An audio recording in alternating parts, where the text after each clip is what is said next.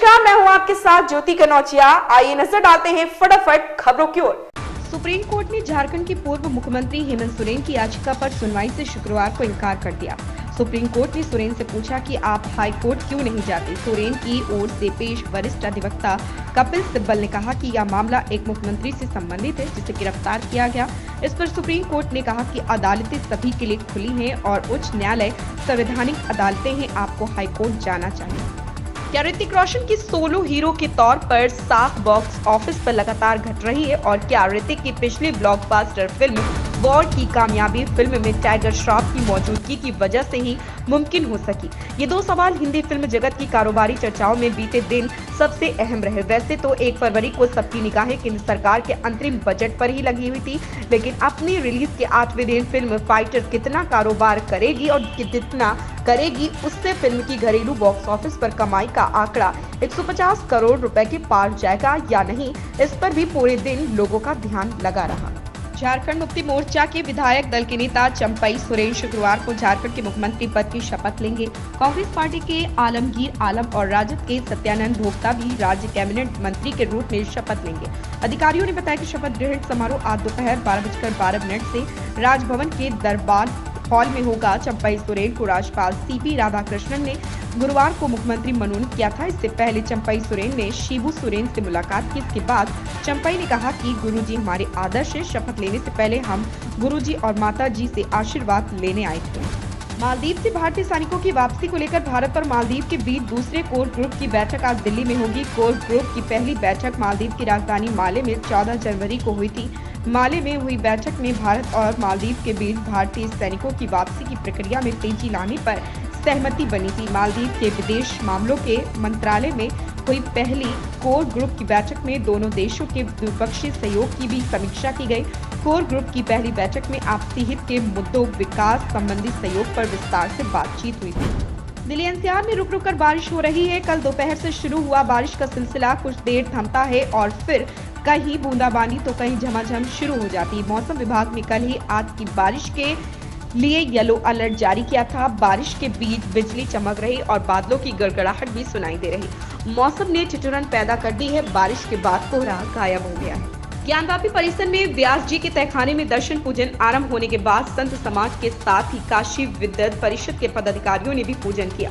काशी विद्युत परिषद ने व्यास जी के तहखाने का नया नाम ज्ञान तालग्रह दिया है। कहा कि तहखाना नहीं, अब ज्ञान तालग्रह के नाम से ही इसे जाना जाएगा। इस पर अखिल भारतीय संत समिति ने भी मुहर लगा दी है। वहीं 5 पहर की आरती का समय भी तय कर दिया गया। पहली आरती सुबह 3:30 बजे होगी। प्रतिदिन की शुरुआत मंगला आरती से होगी। मंगला आरती सुबह 3:30 बजे, भोग आरती दोपहर 12 बजे, अपराह्न शाम 4 बजे, सायंकाल शाम 7 बजे और शयन आरती रात्रि 10:30 बजे होगी।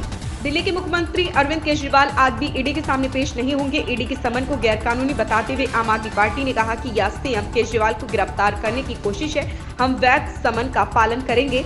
पीएम मोदी पर निशाना साधते हुए आम आदमी पार्टी ने कहा कि उनका मकसद केजरीवाल को गिरफ्तार कर दिल्ली की सरकार को गिराना है, हम ये कतई नहीं होने देंगे। प्रवर्तन निदेशालय ने दिल्ली आबकारी नीति मामले में चल रही जांच में पूछताछ के लिए आज अरविंद केजरीवाल को बुलाया था। ईडी ने बीते बुधवार को 5 बार समन भेजकर केजरीवाल को पूछताछ में शामिल होने को कहा था। इससे पहले भी बीते 4 महीने में मुख्यमंत्री 4 बार समन जारी होने के बावजूद ईडी के सामने पेश नहीं हुए। केंद्र सरकार का अंतरिम बजट यूपी के विकास की रफ्तार में ईंधन का काम करेगा। केंद्रीय बजट में अपनी मजबूत हिस्सेदारी की वजह से यूपी को करीब 3.61 लाख करोड़ रुपए मिलने का अनुमान है।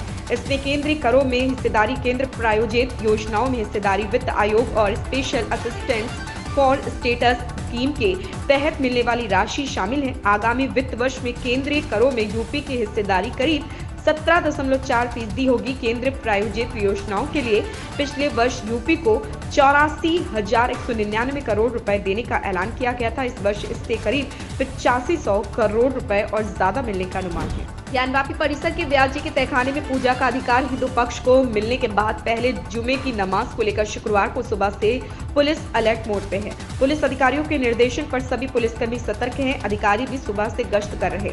बास फाटक इलाके में मंडू आरडी थाना प्रभारी भरत उपाध्याय ने गश्त किया। व्यास जी के तहखाने में दर्शन पूजन आरंभ होने के बाद संत समाज के साथ ही काशी विद्युत परिषद के पदाधिकारियों ने भी पूजन किया।